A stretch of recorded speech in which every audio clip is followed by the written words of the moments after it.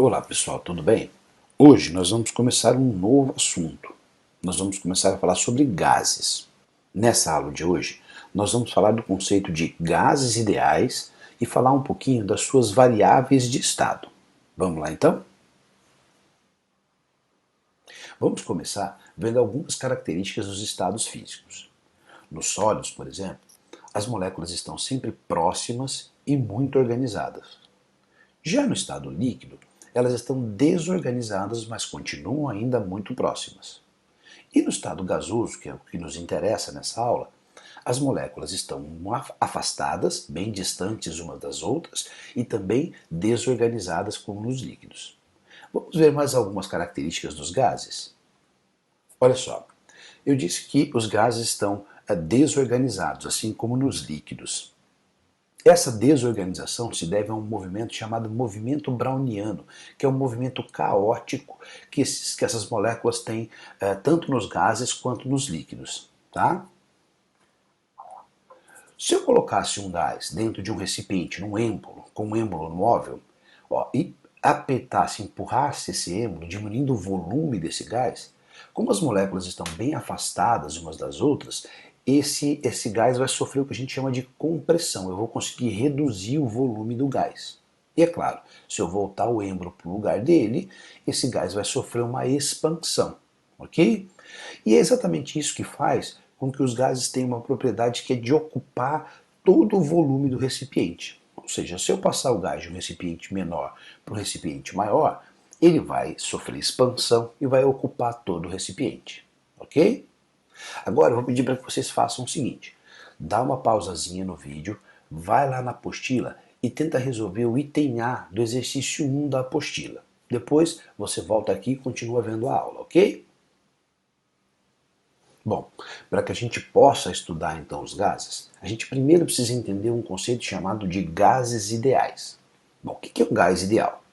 Para a gente compreender melhor, vamos pensar o seguinte: quando vocês estão lá estudando, por exemplo, na física, trabalho, você tem exercícios onde você normalmente tem um bloquinho puxado por uma corda. E pode prestar atenção que alguns exercícios vão dizendo assim, olha, esse bloquinho que está sendo puxado por uma corda ideal. Bom, o que é uma corda ideal? Para poder fazer esse exercício, muitas vezes a gente precisa desconsiderar ou considerar algumas características dessa corda, como por exemplo, entender que essa corda não pode sofrer extensão. Quando eu puxo, ela não pode mudar o tamanho dela. Né? Outra coisa é que normalmente essa corda a gente desconsidera a massa dela, então a gente diz que essa corda não tem massa. É claro, uma corda real tem massa e quando puxada vai sofrer extensão. Mas a corda ideal é uma corda hipotética, certo? Ou seja, é uma corda em que a gente está desconsiderando algumas características ou considerando outras. Aqui nos gases ideais é a mesma coisa. Né? O gás real vai ter todas as características que nós vamos desconsiderar aqui.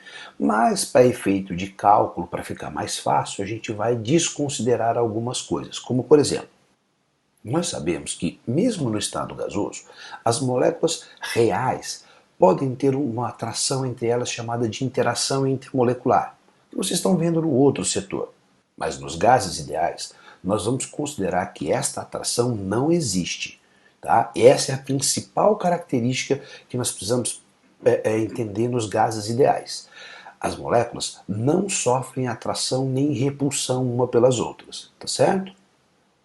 Outra característica que precisamos considerar é que as colisões que ocorrem entre as moléculas e a parede do recipiente, elas são o que a gente chama de perfeitamente elásticas, ou seja, não há perda de energia de forma alguma, há sempre uma conservação dessa energia cinética.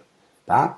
Esses são os dois principais postulados que a gente tem dos gases ideais. Então vamos lá. Primeiro, as colisões são sempre perfeitamente elásticas, não há perda de energia. E principalmente, as moléculas não sofrem nenhum tipo de atração ou repulsão entre elas no estado gasoso, ok? Agora, eu vou pedir para que você volte lá na apostila e resolva os exercícios 2 e o item B do exercício 1 que ficou faltando, ok? Vai lá então e depois você volta aqui para continuar a aula. Vamos falar um pouquinho agora sobre as variáveis de estado. Amores, se eu quisesse, por exemplo, saber a quantidade de moléculas que eu tenho num líquido ou num sólido, bastava que eu soubesse duas informações: o volume e a temperatura. Como, por exemplo, aí o que vocês têm na tela. Eu tenho dois copos com água, né, que têm formatos diferentes. Mas se eu sei que eles têm o mesmo volume e estão na mesma temperatura, eu posso afirmar que lá dentro desse copo, ou nos dois copos, eu tenho exatamente a mesma quantidade de moléculas. Isso não serve para um gás. Se eu tiver dois gases ou dois recipientes diferentes contendo o mesmo gás, mesmo que eu diga que esse recipiente tem a mesma temperatura e tem o mesmo volume, eu não consigo afirmar que lá dentro eu tenho a mesma quantidade de gás. No caso dos gases, eu preciso de uma terceira variável de estado, além, claro, do volume e da temperatura, que é a pressão desse gás. Mas vamos entender um pouquinho o que é a pressão de um gás. A pressão de um gás é a força exercida pelas moléculas quando elas se chocam com a parede do recipiente. Tá? E esta força empurra, faz essa força exercida numa certa área dessa parede do recipiente, que é o que a gente chama de pressão. Então, a pressão pode ser inclusive calculada assim, ó, pressão, força por área. E a gente tem uma das unidades que a gente pode usar para medir a pressão de um gás é Newton por metro quadrado. Porém, existem outras unidades que a gente pode usar para medir a pressão. Vamos falar um pouquinho sobre essas unidades agora? Então eu vou pedir que você faça o seguinte: de novo dê a pausa no vídeo e assista um vídeo que eu coloquei aí junto para vocês, junto com esse, na aula, que fala sobre a história de Torricelli. Vai lá, assiste esse vídeo, depois volta aqui para a gente continuar a aula, beleza? Agora que você já assistiu o vídeo, vamos falar um pouquinho sobre o barômetro de Torricelli. Aliás, se você não assistiu o vídeo, para e vai lá assistir, porque senão você não vai entender nada do que eu vou falar daqui para frente, ok? Então vamos lá, olha. Vocês viram que o Torricelli, baseado em toda aquela história lá de Galileu, daquele outro cara chamado Berti, ele faz um experimento usando mercúrio. Nesse experimento ele coloca mercúrio num tubo bem grande, inverte esse tubo dentro de uma cuba contendo mercúrio. Esse tubo, claro, é fechado aqui em cima e aberto na parte de baixo. O que acontece é que o mercúrio vai descendo até que ele para numa altura de mais ou menos 760 milímetros ou 76 centímetros. Torricelli, inclusive, faz um experimento, aqui ó, tem uma ilustração, né, desse experimento dele, usando um tubo onde tem um grande balão aqui na ponta, para fazer assim, para que ele simulasse um tubo muito maior, né, esperando ver se a ideia que Galileu tinha do vácuo era verdadeira ou não. E acontece que, independente de qual tubo ele usava, a altura do mercúrio parava sempre em 760 milímetros. Como que ele explica o que acontece aí? Ele diz que, na verdade, o que está acontecendo é que o ar em volta desse tubo tem um peso. Então, em cima desta área aqui, ó, desse recipiente contendo mercúrio, o ar está fazendo uma força, empurrando, né, esse mercúrio para baixo. Tá? E ele chamou isso de pressão atmosférica. E foi a primeira vez que ele mediu a pressão atmosférica. E aí tem um outro cientista que pega esse mesmo aparelho do Torricelli e sobe uma montanha, aonde a coluna de ar, claro, nós estamos no lugar mais alto, a coluna de ar é menor, então exerce um peso menor. E aí essa coluna desce um pouquinho, tá? Então esse barômetro foi um aparelho utilizado por Torricelli para medir a pressão atmosférica. E aí daí é que surge algumas novas unidades de medida que a gente vai usar muito aqui para poder medir a pressão dos gases, que é, como é a pressão aqui, é a pressão da atmosfera, certo? Se eu tiver o nível do mar, eu vou ter a maior atmosfera, o máximo de atmosfera, que a gente vai chamar de uma atmosfera inteira. Então, a pressão exercida pelo gás aqui, lá ao nível do mar, é considerada de uma atmosfera, que equivale a essa outra forma de medir aqui, da coluna de mercúrio, ao peso ou à sustentação do peso de uma coluna de 760 milímetros de mercúrio. Então, estas são duas das unidades que a gente usa para medir a pressão de gases também. Atmosfera, ou ATM, e milímetros de mercúrio, ok? E para terminar a nossa aula de hoje, vamos falar um pouquinho das unidades de medida que a gente tem para cada uma dessas variáveis de estado dos gases. Aliás, este é o objetivo maior desta aula, a gente conhecer essas unidades e aprender a trabalhar um pouquinho com a mudança dessas unidades, ok?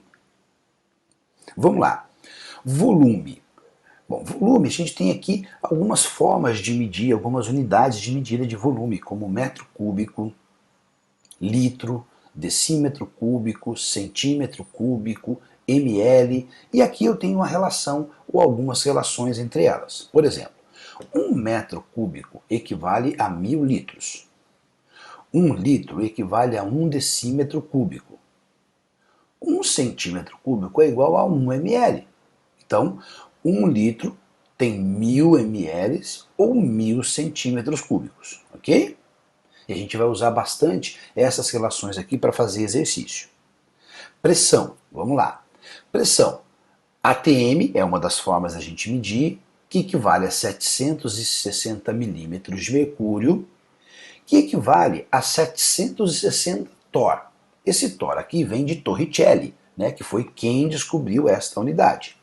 Ou então equivalente a 1 bar. Bar significa barômetro. Então, são duas formas de dizer mais ou menos a mesma coisa aqui, que ATM, milímetro de mercúrio. Porém, a gente vai usar muito mais esses dois do que Torricelli ou barômetro. Outra unidade que às vezes pode aparecer é uma unidade chamada Pascal. Lembra, Pascal foi quem pegou aquele barômetro Torricelli e subiu até uma montanha para mostrar a variação da pressão da atmosfera. Então ele também tem uma unidade aí de medida de pressão. E por último, a temperatura. A temperatura a gente vai usar sempre nos exercícios em Kelvin, mas depois eu explico por quê. Eu vou precisar muitas vezes transformar a temperatura que vai ser dada no exercício em graus Celsius, eu vou precisar transformar em Kelvin para poder fazer os cálculos que nós vamos aprender mais para frente. E como é que eu faço isso? Eu posso fazer usando esta formulazinha aqui, ó. Se eu quero saber a temperatura em Kelvin, eu vou ter que pegar a temperatura em graus Celsius e somar 273. Claro, se for o contrário, se eu tiver a temperatura em Kelvin e quiser a temperatura em Celsius, quiser saber qual a temperatura em Celsius, basta eu pegar, passando isso para o lado de lá, vou pegar a temperatura em Kelvin e subtrair 273, ok? Bom, pessoal, agora que você já viu tudo isso, eu vou pedir que você vá até a apostila e tente resolver os outros exercícios dessa aula aqui. E aí, na live daqui a pouco a gente corrige todos eles, tá bom? Até lá então.